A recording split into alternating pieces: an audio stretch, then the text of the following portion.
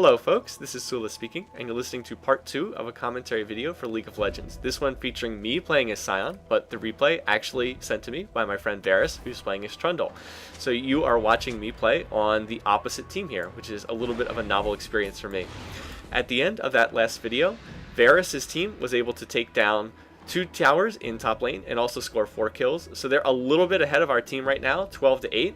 And Varus is just going back to base, and he's picked up Sheen, and he's also picked up an Oracle. And with that health crystal, it looks like he's probably building Trinity Force, because that crystal, that red crystal is probably for a phage. So anyway, he now has Wriggles, Merc Treads, and Sheen, and he also picked up that Oracle. So he's going to kill our ward here, and then drop his own ward of Baron. So a very nice play there. Getting that Oracle, strong play early on if you can avoid dying, just because it allows you to clean up all those wards. And wow, Mookie is level 17. Level 17 Malzahar. So wow, pretty high level for this point in time in the game. Anyway, I am going to be farming here, but I do not know that Varus and Mookie are behind me. So you can see I'm pretty far out of position here. There's the pillar, great Pillar of Filth to slow me. There's Malzahar ult, and I really have no chance here. So I'm going to get taken down. Metalion in great position though for a Misfortune ult, and you can see he's able to kill Bristles off of that. So we actually are able to go 1-for-1, even though I got picked off very easily. And I guess it's just going to stay at that 1-for-1. So my team was actually pretty fortunate to be able to turn that into a 1-for-1 because I was caught pretty far out of position, and that was a bad play by me. Yeah, you can see I'm 2-5-1. I'm not playing that well. As far as what I'm building, I picked up Sheen to start, and then I picked up a Blasting Wand. I'm going Sheen into Death Cap, I think, and then from that into Trinity, and from that into Lich Bane, I believe. I'm not 100% sure. I think that's what I'm building.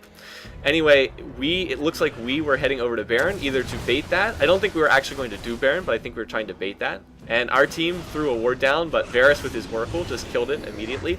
So my team is over here somewhere, but you can see Varus' team doesn't have vision on that. Seirun's pushing back that minion wave. Anyway, obviously the next big fight is going to be around Baron. Yeah, Varus even said they're baiting, I think. Seirun could be in trouble here, but again, he can go invisible. Still, he has to be careful because Varus does have the Oracle, and if Varus is around, then his ability to go invisible and deceive with Shaco is not going to be enough to save him. So, has to be careful with that. Anyway, neither team has sight here. Neither team has sight at Baron. And, oh, there we go. There it is. Their team's going to throw down a ward, and you can see 2 Nidalee traps here as well, right next to it. So if my team were to go for Baron, they would be able to see this coming ahead of time.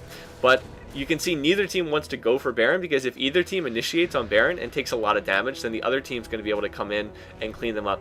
We threw down a Vision Ward, so that's how we were able to kill their Baron Ward, but again, they're going to clean that up with Varus' Oracle, and so they're going to be able to deny us sight at Baron yet again. So a lot of warding, counter warding, again, something you tend to see when the games are played at a little bit of a higher level. So we're all grouped up around Baron. I mean, there's this big minion wave pushing bottom tower, and my team can't even do anything about it because we need to stay around Baron. Like, if 2 people for either team go to bottom lane, then the other team's just going to do Baron. So that's why everyone has to stay concentrated around the top portion of the map. Alright, here, let's see, my team pushing this minion wave. They are waiting up here in the jungle. If we were to push in on this tower here, they would have just come out of the jungle like this, and then they would have burst us down pretty easily. Anyway, Shaco's down in bottom lane, so my team has to be careful right now. The fact that we don't have Shaco with us means that they could potentially try to force a Baron off that. So we have to be careful. You can see the rest of our team is sticking around in top lane. And it is always something you have to be aware of anytime that there's a potential Baron fight. You can't send a whole bunch of people to bottom lane. Anyway, they are going to push this middle tower, and that tower had just taken too much damage, so nothing we could do to try to save it. Again, a consequence of Shaco being in bottom lane from our team, we couldn't try to pick a fight there and try to engage. Anyway, Dulé is back behind the rest of the team. He's going to flash and Nidalee pounce. Can we manage to catch up to him here? Here, once again, this is where I really wish I had Flash for this game. As Scion, I should have realized after the game, I should have taken Flash. If I had Flash, I could have flashed and stunned, and then we would have gotten a kill. But instead, Dulé's going to slip away, and he says, I look away for a second, and so much happens. Indeed, unfortunately, have to be careful. If you look away from the monitor for a minute, sometimes you can get yourself caught, and believe me, it's happened to me too. So anyway, it looked like someone was going to get killed there, but as it turned out, both sides were able to escape. In terms of the farming stats, you can see Mookie and Metalion have the most farm on their respective teams. Then, over here, look, going into Seirun. Over here, then, I think I'm second, just barely. My team's probably a little bit ahead in farm. although Cynical Brit is very low for some reason. But otherwise, I think my team is a little bit ahead in terms of farm. But you can see the game is overall still very even. Varus' team is again a little bit ahead just because of that one push, if you saw earlier in bottom lane in the first part of the video, where they scored 4 kills and took our 2 top lane towers. Other than that, the game is still pretty much dead even.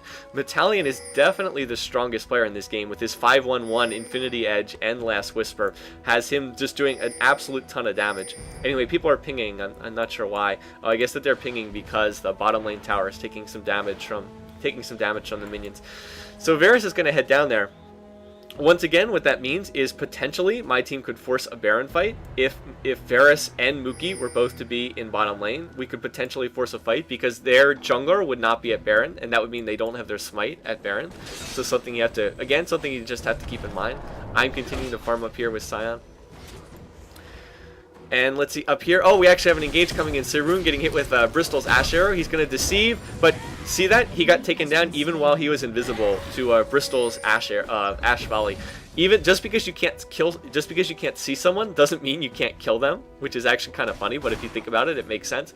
If you know that an invisible champ is somewhere and you have an area of effect skill, you can kill them with your area of effect skills even if you can't see them. So that was an example of what was happening there. Oh, here I'm able to hit a Scion stun on Dulay's Nidalee and then follow that up with the shield.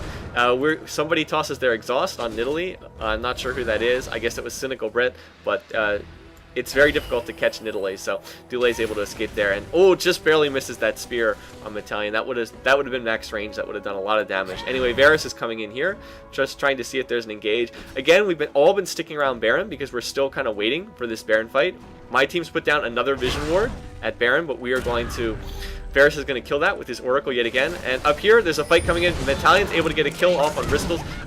He's going to get interrupted by the Malphite ult, but now Ramen Soup Cooker, Malphite's taking a lot of damage, and Magus is going to take him down. So that's a 2-for-0 for my team there. And with 2 down on Varus' team, I think that we're going to go for Baron off of this. Not 100% sure, but I believe that's what we're doing.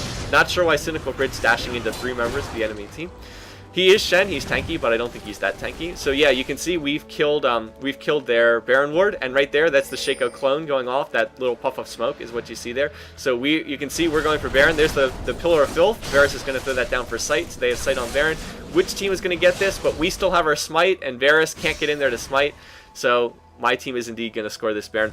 Nice try by Dulay on the spear toss. Nidalee spear toss in there, but the Pillar of Filth had worn out, so they didn't have vision on the exact moment when it was dying. So just that little mistake there by Varus' team, with 2 members of their team getting killed and nobody on our team going down, that one little mistake is enough to score my team Baron. So now we have the advantage again, you'd have to say. It's close enough in kills that with us having Baron, we have the advantage. And once again, with Metallion being 6-1-2 and being so super strong, he is just going to be really, really difficult for Varus' team to deal with.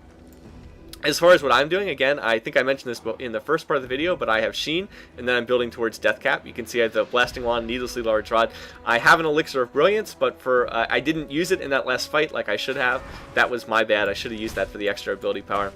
But now, once I have a chance to finish Deathcap, I'll be much stronger, and I'll just be doing a lot of damage. Still wish that I had taken Ghost. Still wish that I had taken Flash instead of Ghost. That was a mistake. I do think that the Ignite is useful because Sion is a burst champ. This game was played before the patch that just came out. Before Sion was nerfed a little bit. He took nerfs to his base health, which is going to hurt him a bit. So I don't know how strong Sion will be in the new patch, in the most recent patch, as you're listening to this video. But I guess we'll find out over time. Anyway, it looks like our team is pushing mid. You can see all the pings.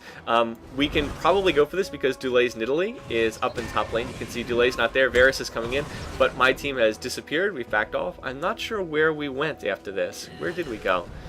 Anyway, I picked up my death cap, so now I have 200 ability power. That's actually not that great for this point in time in the game, but as you can see, I haven't played all that great. Only 252. Anyway, their team is grouped up around mid. They're defending their mid tower, and what that's going to allow us to do is going to allow Seirun Shaco to come in here and go after top lane tower. They are going to use Fortify on that, so try to defend. And now their team is racing after Seirun for some reason. I'm not sure why. You can see they're sending 2 champs. They're sending Ramen Soup's Malphite and Varus Nox's Trundle. Why did I have trouble remembering that? The whole video has been Trundle. And now Dulé and Bristles are here, but they sent so many champs to top lane that they've now given up their middle lane tower. So this was just a mistake in positioning by their team. So we were able to score this tower. And again, it's just because they sent so many champs up there to deal with Seirun. And now we're going to back. And now that they've all gone mid again, Seirun is going to head back to top lane, and he's going to take down this tower. So even though there's no fighting there, my team was able to score a really strong push nonetheless. We were able to take down 2 towers without even having to win a team fight. So again, it's the sort of thing you don't see that often, because in solo queue, people are not communicating with each other clearly, but we were just able to take down 2 towers without even having to fight, just because we were able to force them. First, they were defending here, and then Seirun was able to put pressure here, and like 3 members of their team went to defend this, and then while they were doing that, we were just able to go and take top lane. So again, just a very strong play from our team, I think you'd have to say. Now their team's going bottom, but again, really, they don't need 3 champs to push this back bottom. I'm not sure. So like right now, all 5 members of their team are over here, and we saw them that. We had vision on their team being over here in bottom lane. So what my team was going to do, if I remember right, was I think we were going to go up here for top, just because, like, once again, we can see due to our minions that there are just tons of them down here in bottom lane, and see once again they have no vision on our team. I guess they were expecting us to go for their blue buff over here or something like that. Again, not sure why. But they don't have vision on our team. They have no idea where we are. And indeed, look, here's where we are. We're up here in top lane. Cynical Brit's going to just tank this tower for us as Shen. And we are going to go for this tower. And so now Varus' team is scrambling to come up here and catch up to us. And I don't know why the other 2 members of our team weren't there. Oh, just missing, barely missing on that Ashe arrow. Good arrow. If the rest of our team had been there, we would have definitely gotten that tower. For some reason, Seirun and Magus weren't with us. Not sure why. And now their team is chasing out here, which is where we'd like to fight them. Our Baron has worn off, so we don't have Baron, but we'd still be happy to team fight with this team outside of a tower. That would probably be a pretty good engage for us. So it looks like there's going to be some action here pretty soon. 3 members of their team down here in these bushes. No, 3 members. Yeah, 3 members of their team down here. So if someone engages, now they are going to Hawkshite with Bristles for sight. Now they have gone into these bushes here, and Magus is going to walk into into a bush where he really shouldn't, and he's going to get blown up immediately. So that was a bad play by them, but we're going to get off a very strong Battalion Misfortune ult. You can see how much damage that did, but we are still down a player. Shen's back at base. Cynical Bridge Shen is back at base, but he can ult in to shield somebody. There, Varus' team still chasing here with 5. Nice Jack in the Box there.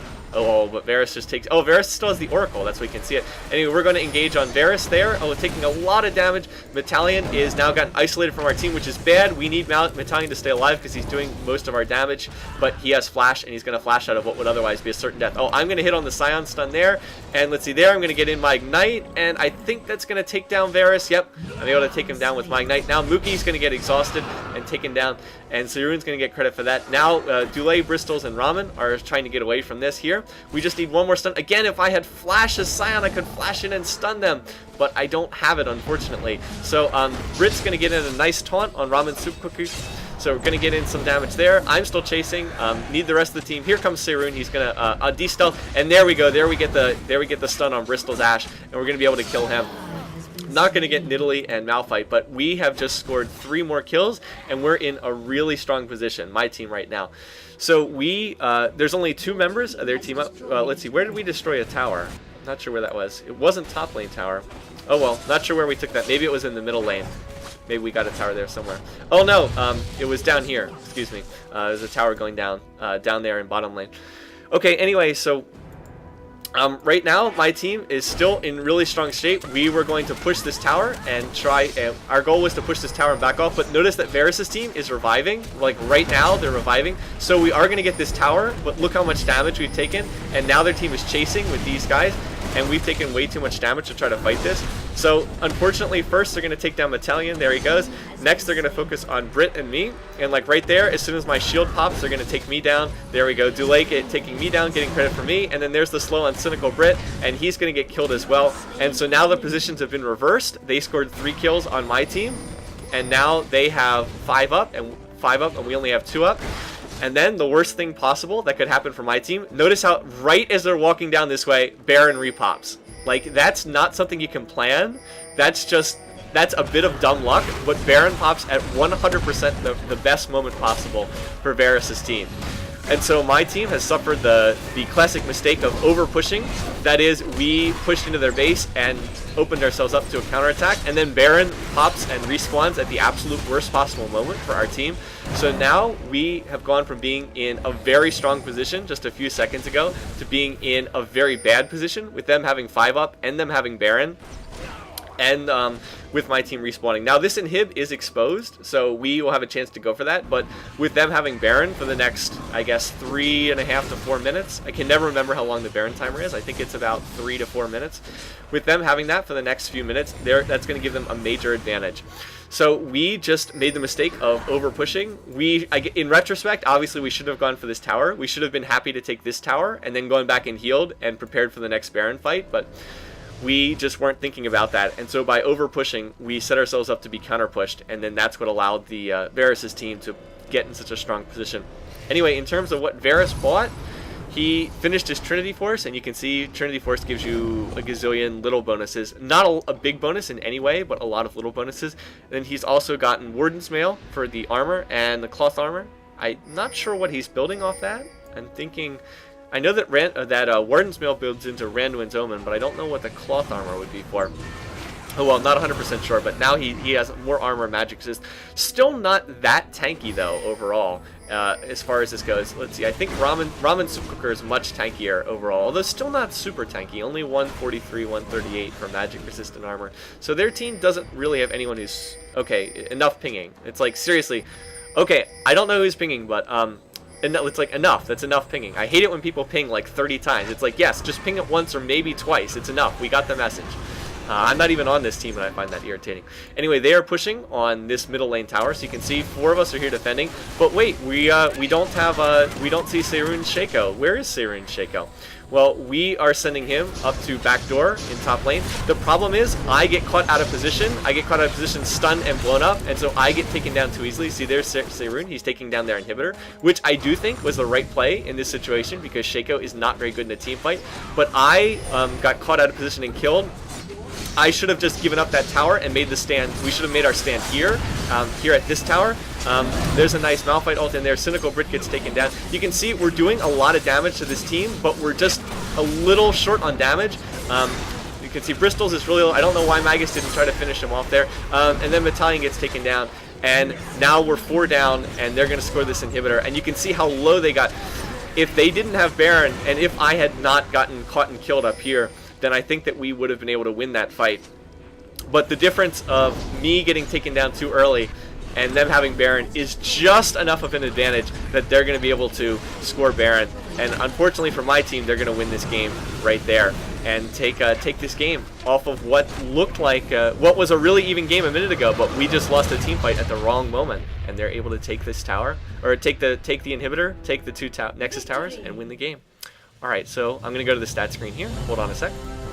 For this game, I'll start by talking about Varus' team. You can see Bristol's finished 9-7-6. A very solid Ashe, not a dominant Ashe, but a very solid Ashe performance. Bristol's ended up definitely outplaying me, and so that solo lane just went better for them than it did for us. So well played there, had some of the key Ashe items at the end of the game, Infinity Edge and Last Whisper. Varus, I thought, played a very nice game, controlling the jungle. 5 kills against only 2 deaths and 11 assists. Got the Oracle early on, and that really helped out their team in terms of killing our ward, so just very well played. I think outplayed our Seirun, our jungler, a little bit, but I thought Seirun played pretty decently as well. Ramen Soup Cooker, 1-10. Missed some Malphite ults, but did hit on a couple of other ones, so pretty solid there. Dulay, 3-1-7. Looking pretty good in terms of the numbers. Mookie, King of Farm, 313 minion kills, so just well done with the minion kills. Mookie wasn't as effective in terms of the actual fighting, but he did get off some great Malzahar ults. Overall, Mookie hasn't played that much Malzahar, doesn't have much experience with this champ, but certainly had no trouble farming, and I can see has a lot of AP items there. As far as I played, I thought that I played mediocre to poor in this game. I'm not a particularly great Scion player. I'm not very good with him, don't have much experience. I've played Scion, I think, 3 or 4 times, and I usually play him badly. I keep trying to play Scion to get better as him because I know he's a strong champ, but for whatever reason, his playstyle just doesn't seem to work for me. You can see the 374, not particularly great from a stats perspective. I did realize while playing the game that next time, if I do play Scion again, I'll definitely take Flash. I think I could have been more effective if I had used Flashed in to get kills instead of trying to Ghost in to get kills. Against Seirun, nice backdooring. I think that Seirun played pretty effectively overall. I just think that Varus was a little bit more effective overall, played a stronger jungle game. Metallion, I felt bad that Metallion we lost this game just for Metallion because he played so well as Misfortune. You can see the 632, great stats, enormous amount of farm, the 300 minion kills. He was really carrying our team the whole way. He played very well, but I thought that some of the rest was kind of let him down.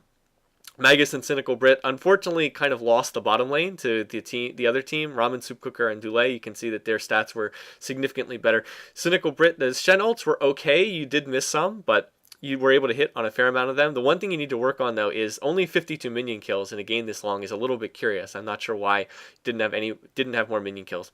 Anyway, overall, it was a fun game. It was a very close game right up until the final push. I think either team could have won, which is why I wanted to cast this game. I thought it would be interesting to see things from Varus's perspective, see myself on the other team, kind of a funny thing to see. Really, the difference in the game just came down to the over push in top lane when my team pushed top lane and was unable to get that tower up there in top lane. Or no, we got the tower, but we were unable to get the inhibitor. And then the other team, Varus' team, revived and killed us all. And then Baron spawned at just the right moment for them to grab it and then push mid and win the game. So a little bit lucky in terms of the timing, I think we'd say. But a very close game overall and a very fun game. Once again, if you've watched this far, thanks for watching. Thanks for listening. Hope you enjoyed this. I'll try to have up a game from this week's game night from yesterday on Tuesday pretty soon, and hopefully that'll be interesting to watch as well. So once again, thanks for watching, and hope you enjoyed this video. Take care, guys.